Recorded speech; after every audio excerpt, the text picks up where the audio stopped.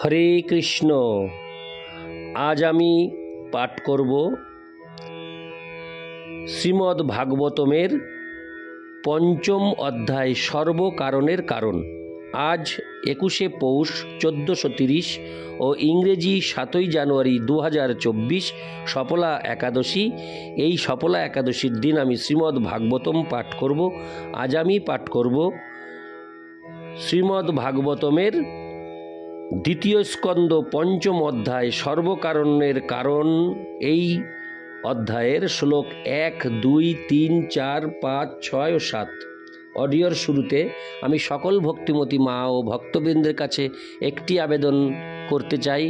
আপনারা জীবনের পূর্ণতা ইউটিউব চ্যানেলটিকে অনেক লাইক, কমেন্টস ও সাবস্ক্রাইবের মাধ্যমে চ্যানেলটিকে আরও দ্রুত উপরে উঠতে সাহায্য করুন, যাতে করে আমি সকল ভাগবতমের সকল স্কন্ধের প্রত্যেকটি লাইন আমি পাঠ করে আপনাদের শোনাতে পারি। এই চ্যানেলটি একটু পিছিয়ে গেছে, এই চ্যানেলের রিচ যাতে বেড়ে যায় তার জন্য আপনারা সকলেই ঐকান্তিকভাবে আমাকে সাহায্য করুন। হরে কৃষ্ণ হরে কৃষ্ণ কৃষ্ণ কৃষ্ণ হরে হরে হরে রাম হরে রাম রাম রাম হরে হরে। শ্লোক 1 সর্বকারণের কারণ পঞ্চম অধ্যায় দ্বিতীয় স্কন্ধ। দেব দেব নমস্তে হস্তু ভূত ভাবন পূর্বজ তদ্দি জানিহি যজ জ্ঞান মাত্তত্ব নিদর্শনম। অনুবাদ: শ্রী নারদমুনি ব্রহ্মাকে বললেন, হে দেবাদিদেব, আপনি সমস্ত প্রাণীদের মধ্যে প্রথম জন্মা। আমি আপনাকে আমার সশ্রদ্ধ প্রণতি নিবেদন করি। কৃপা করে আপনি আমাকে দিব্য জ্ঞান দান করুন, যা মানুষকে আত্মা এবং পরমাত্মার তত্ত্ব বিশেষভাবে জ্ঞাপন করে। তাৎপর্য: এখানে গুরু শিষ্য পরম্পরার প্রণালীর সার্থকতা পুনরায় প্রতিপন্ন হয়েছে। পূর্ববর্তী অধ্যায়ে প্রতিপন্ন হয়েছে যে প্রথম সৃষ্ট জীব ব্রহ্মা সাক্ষাৎ পরমেশ্বর ভগবানের কাছ থেকে জ্ঞান লাভ করেছিলেন এবং সেই জ্ঞান তিনি তার শিষ্য নারদকে দান করেছিলেন। নারদ সেই জ্ঞান ভিক্ষা করেছিলেন এবং ব্রহ্মা তাকে তা দান করেছিলেন। তাই উপযুক্ত ব্যক্তির কাছে দিব্য জ্ঞান ভিক্ষা করা এবং যথাযথভাবে তা প্রাপ্ত হওয়াই পরম্পরার বিধান। শ্রীমদ্ ভগবদ গীতায় এই প্রথা অনুসরণ করার পরামর্শ দেওয়া হয়েছে। জিজ্ঞাসু শিষ্যের অবশ্য কর্তব্য হচ্ছে যোগ্য গুরুর শরণাগত হয়ে বিনীত জিজ্ঞাসা এবং সেবার মাধ্যমে তার কাছ থেকে দিব্য জ্ঞান লাভ করা। বিনীত জিজ্ঞাসা এবং সেবার মাধ্যমে লব্ধ যে জ্ঞান তা অর্থের বিনিময়ে লব্ধ জ্ঞানের থেকে অধিক ফলপ্রদ। ব্রহ্মা এবং নারদের পরম্পরায় অধিষ্ঠিত গুরু কখনো টাকা পয়সার আকাঙ্ক্ষা করেন না। ঐকান্তিক সেবার দ্বারা সদ্গুরুকে সন্তুষ্ট করার মাধ্যমে আদর্শ শিষ্যকে আত্মা এবং পরমাত্মার প্রকৃতি ও তাদের পরস্পরের সম্পর্ক সম্বন্ধীয় জ্ঞান লাভ করতে হয়। ইতি শ্লোক 1। শ্লোক 2 যদ্রূপং যদধিষ্ঠানং যত সৃষ্টমিদং প্রভো যৎ সংস্থং যৎ পরং যচ্চ তত্ত্বং বদ তত্ত্বত। অনুবাদ: হে পিতা, কৃপা করে আপনি আমাকে এই ব্যক্ত জগতে বাস্তবিক লক্ষণসমূহ বর্ণনা করুন। তার আশ্রয় কি, কিভাবে তার সৃষ্টি হয়েছে, কিভাবে তার সংরক্ষণ হয় এবং কার নিয়ন্ত্রণে এই সব কিছু সম্পাদিত হচ্ছে। তাৎপর্য: বাস্তবিক কারণ এবং কার্যের ভিত্তিতে নারদ মুনির প্রশ্নগুলি অত্যন্ত যুক্তিসঙ্গত। নাস্তিকরা কিন্তু তাদের মন গড়া বহু মতবাদ উপস্থাপন করে যেগুলির কার্য এবং কারণের সঙ্গে কোনো সম্পর্ক নেই। ভগবদ বিদ্বেষী নাস্তিকেরা তাদের গবেষণালব্ধ জ্ঞানের মাধ্যমে তাদের উর্বর মস্তিষ্ক থেকে বহু মতবাদ সৃষ্টি করেছে। তথাপি ব্যক্ত জগৎ এবং চিন্ময় আত্মার রহস্য তারা উদ্ঘাটন করতে পারেনি। নারদমুনি কিন্তু সৃষ্টি সম্বন্ধে তাদের মতো জল্পনা কল্পনা না করে যথাযথভাবে তার তত্ত্ব অবগত হতে চেয়েছিলেন। আত্মা এবং পরমাত্মা সম্বন্ধীয় দিব্য জ্ঞানে জগৎ এবং তার সৃষ্টি সম্বন্ধীয় জ্ঞান নিহিত রয়েছে। যে কোনো বুদ্ধিমান মানুষ এই জগতে বাস্তবিকভাবে তিনটি জিনিস দেখতে পান: জীব, জগৎ এবং তাদের উপর পরম নিয়ন্ত্রণ। বুদ্ধিমান মানুষ বুঝতে পারেন যে জীব এবং জগৎ উভয়েরই সৃষ্টি ঘটনাক্রমে হয়নি। সৃষ্টি এবং তার ক্রিয়া প্রতিক্রিয়ার মধ্যে এমনই একটি সুন্দর সামঞ্জস্য রয়েছে যে তা দেখে বোঝা যায় যে তার পিছনে কোনো বুদ্ধিমান ব্যক্তির পরিকল্পনা রয়েছে এবং কোনো তত্ত্ববেত্তা ব্যক্তির সহায়তায় ঐকান্তিক প্রশ্নের মাধ্যমে সর্বকারণের পরম কারণ সম্বন্ধে অবগত হওয়া যায়। ইতি শ্লোক 2। শ্লোক 3। সর্বং হেতোদ্ভবান সর্বং হেতোদ্ভবান বেদ ভূত ভব্য ভবৎ প্রভু করামোলকবদ্দিশং বিজ্ঞানাবশিতং তব। অনুবাদ: হে পিতা, এইসব কিছুই আপনি বিজ্ঞানসম্মতভাবে জানেন, কেননা পূর্বে আপনি যা কিছু সৃষ্টি করেছেন, ভবিষ্যতে যা কিছু সৃষ্টি হবে এবং বর্তমানে যা কিছু সৃষ্টি হচ্ছে এবং এই ব্রহ্মাণ্ডে যা কিছু রয়েছে তা সবই আপনার হস্তস্থিত একটি আমলকির মতো। তাৎপর্য: এই ব্যক্ত ব্রহ্মাণ্ডে এবং ব্রহ্মাণ্ডের মধ্যে যা কিছু রয়েছে সে সবেরই সাক্ষাৎ স্রষ্টা হচ্ছেন ব্রহ্মা। তাই তিনি জানেন পূর্বে কি হয়েছিল, ভবিষ্যতে কি হবে এবং বর্তমানে কি হচ্ছে। তিনটি মুখ্য বস্তু যথা জীব, জগৎ এবং ঈশ্বর অতীত, বর্তমান এবং ভবিষ্যৎ সর্বদাই কার্যশীল, এবং যিনি প্রত্যক্ষ ব্যবস্থাপক তিনি তার হস্তধৃত একটি আমলকির মতো। সেই সমস্ত বিষয়ে কার্য এবং কারণ সম্বন্ধে সমস্তই অবগত।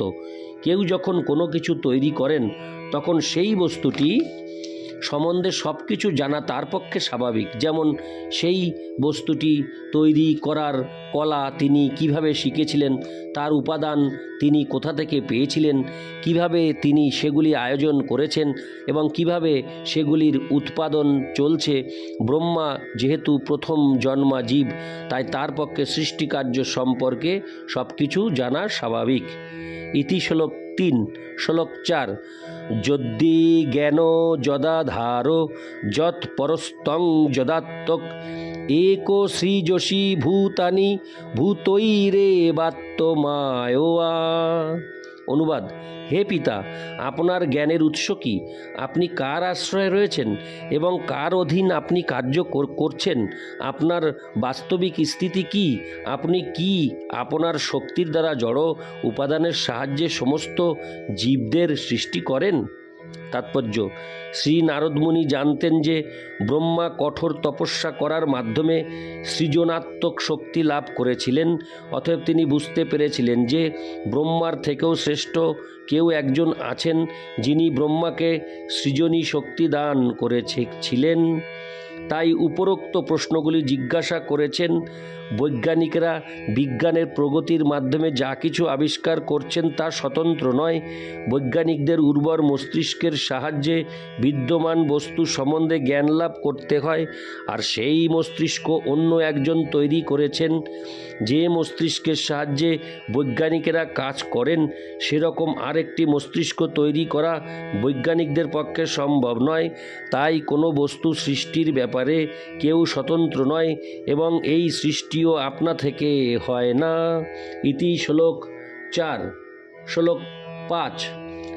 আত্মনো ভাবয়সে তানি ন পরাভাবয়ন স্বয়ং আত্মশক্তিমো বষ্টভ্য ঊর্ণনাভিরি বাক্লম।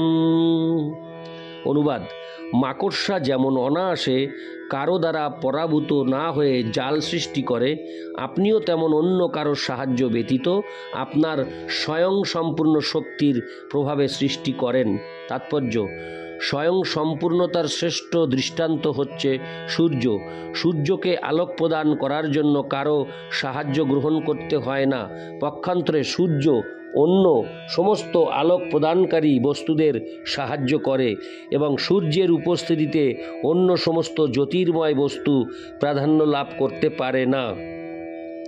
সৃষ্টির ব্যাপারে ব্রহ্মার স্বয়ং সম্পূর্ণতা নারদমুনি মাকড়সার স্বয়ং সম্পূর্ণতার সঙ্গে তুলনা করেন, যে অন্য কারো সাহায্য ব্যতীত তার লালা দিয়ে তার কার্যক্ষেত্র তৈরি করে।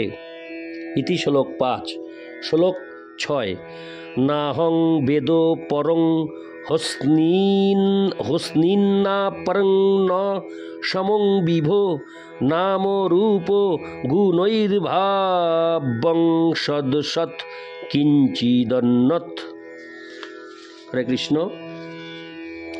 অনুবাদ: নাম, রূপ, গুণ ইত্যাদির মাধ্যমে বিশেষ বস্তু সম্বন্ধে আমরা যা কিছু জানতে পারি তা উৎকৃষ্ট, নিকৃষ্ট অথবা সমান হোক অথবা নিত্য বা অনিত্য হোক, তা সবই আপনি ছাড়া আর কারো দ্বারা সৃষ্টি হয়নি। আপনি এতই মহান। তাৎপর্য: এই ব্যক্ত জগতে 84 লক্ষ যোনি থেকে উৎপন্ন বিভিন্ন প্রকার জীবে পরিপূর্ণ। তাদের মধ্যে কেউ উৎকৃষ্ট, আবার কেউ অন্যদের থেকে নিকৃষ্ট। মানুষদের উৎকৃষ্ট জীব বলে বিবেচনা করা হয়, আবার মানুষদের মধ্যেও বিভিন্ন প্রকৃতির মানুষ রয়েছে, ভালো মন্দ সম ইত্যাদি। কিন্তু নারদ মুনির বদ্ধমূল ধারণা যে তার পিতা ব্রহ্মা ব্যতীত তাদের অন্য কারোর সৃষ্টি করার শক্তি নেই, তাই তিনি তাদের সম্বন্ধে ব্রহ্মার কাছ থেকে জানতে চেয়েছেন। ইতি শ্লোক 6। শ্লোক 7। সভবানচরদ ঘোরং যত্ত সুসমাহিত তেন খেদয়সে নস্তং পরাশঙ্কাঞ্চ যচ্ছসি। অনুবাদ: আপনি যদিও সৃষ্টির ব্যাপারে অত্যন্ত শক্তিশালী, তথাপি আপনি যে পূর্ণরূপে অনুসরণ করে কঠোর তপস্যা করেছেন, সে কথা ভেবে আমরা আশ্চর্যান্বিত চিত্তে অনুমান করি যে আপনার থেকেও অধিক শক্তিশালী আর কেউ একজন রয়েছেন। তাৎপর্য: নারদ মুনির পদাঙ্ক অনুসরণ করে মানুষের কর্তব্য অন্ধের মতো তার গুরুকে সাক্ষাৎ ভগবান বলে মনে না করা। নারদ মুনির পদাঙ্ক অনুসরণ করে মানুষের কর্তব্য অন্ধের মতো তার গুরুকে সাক্ষাৎ ভগবান বলে মনে না করা। গুরুদেবকে ভগবানের মতো সম্মান করা হয়, কিন্তু গুরু যদি দাবি করে যে সে ভগবান, তাহলে তাকে তৎক্ষণাৎ ত্যাগ করা উচিত। ব্রহ্মার সৃষ্টি বিষয়ক অদ্ভুত কার্যকলাপ দর্শন করে নারদ মুনি ব্রহ্মাকে সর্বশ্রেষ্ঠ বলে মনে করেছিলেন, কিন্তু যখন তিনি দেখলেন যে ব্রহ্মাও তার থেকে শ্রেষ্ঠ আর কারো উপাসনা করছেন, তখন তার মনে সন্দেহের উদয় হয়েছিল। পরমেশ্বর হচ্ছেন শ্রেষ্ঠতম এবং তার আরাধ্য কেউ নেই। অহংগ্রহ উপাসনা বা ভগবান হবার উদ্দেশ্যে নিজের পূজা করা একটি মস্ত বড় ভ্রষ্টাচার। বুদ্ধিমান শিষ্য বুঝতে পারেন যে পরমেশ্বর ভগবানকে ভগবান হওয়ার জন্য কারো উপাসনা করতে হয় না, এমনকি তার নিজের উপাসনাও করতে হয় না। দিব্যজ্ঞান লাভের জন্য অহংগ্রহ উপাসনা একটি পদ্ধতি হতে পারে, কিন্তু অহংগ্রহ উপাসনার মাধ্যমে কেউ ভগবান হতে পারে না। কোনো পারমার্থিক উপলব্ধি লাভের পন্থা অনুসরণ করার মাধ্যমে কেউ কখনো ভগবান হতে পারে না। নারদ মুনি ব্রহ্মাজিকে পরম পুরুষ বলে মনে করেছিলেন, কিন্তু যখন তিনি দেখলেন যে ব্রহ্মাজিও পারমার্থিক তত্ত্ব উপলব্ধির অনুশীলনে যুক্ত, তখন তার হৃদয়ে সন্দেহের উদয় হয়েছিল। তাই তিনি যথাযথভাবে সে সম্বন্ধে জানতে চেয়েছিলেন। ইতি শ্লোক 7। নারায়ণ হে নারায়ণ ভবভয়হরণম নারায়ণ। হরে কৃষ্ণ।